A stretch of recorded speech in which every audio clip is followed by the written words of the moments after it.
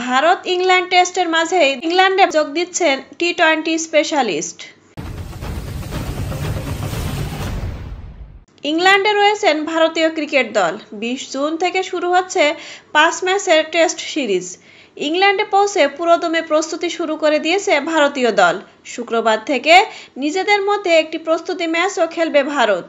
প্রথম টেস্টের কম্বিনেশন কী হতে পারে সেটা হয়তো বোঝা যাবে প্রস্তুতি ম্যাচ দেখে।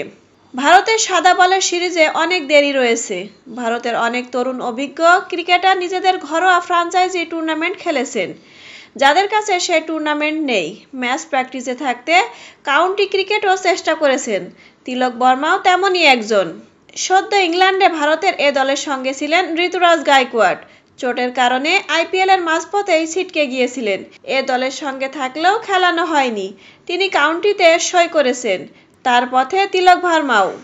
আইপিএল শেষ, ঘরোয়া ক্রিকেটও নেই, টেস্ট টিমে নেই তিলক। এখন অবধি টি-20 স্পেশালিস্টই ধরা হয় তাকে। ফলে টি-20 সিরিজের আগে জাতীয় দলের ম্যাচও নেই।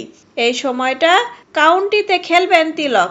কাউন্টি ক্লাব হ্যাম্পশায়ারের সঙ্গে স্বল্পমেয়াদী চুক্তি করেছেন ভারতীয় দল তথা মুম্বাই ইন্ডিয়ান্সের বাঁহাতি ব্যাটার তিলক ভার্মা।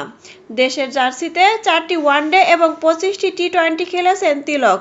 প্রথম শ্রেণীর ক্রিকেটে মাত্র 18টি ম্যাচ খেলেছেন। হ্যাম্পশায়ারের হয়ে কাউন্টি চ্যাম্পিয়নশিপে 4টি ম্যাচ খেলতে দেখা যাবে তিলক ভার্মাকে।